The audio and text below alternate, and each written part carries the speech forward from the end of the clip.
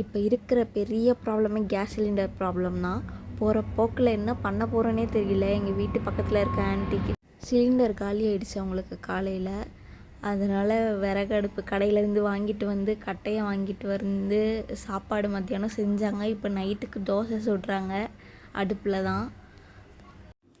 ஃபஸ்ட்டெல்லாம் சிலிண்டர் காலியானால் பக்கத்தில் கேட்டு வாங்கி அட்ஜஸ்ட் பண்ணி செஞ்சுருவோம்.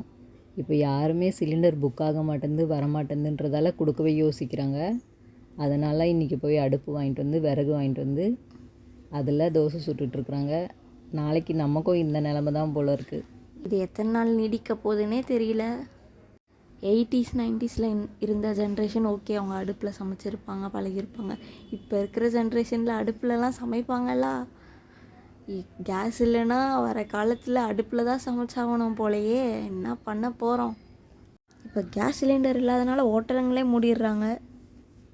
ஆர்டர் பண்ணி சாப்பிட்லனாலும் டெய்லி எப்படி ஆர்டர் பண்ணி சாப்பிட்றது?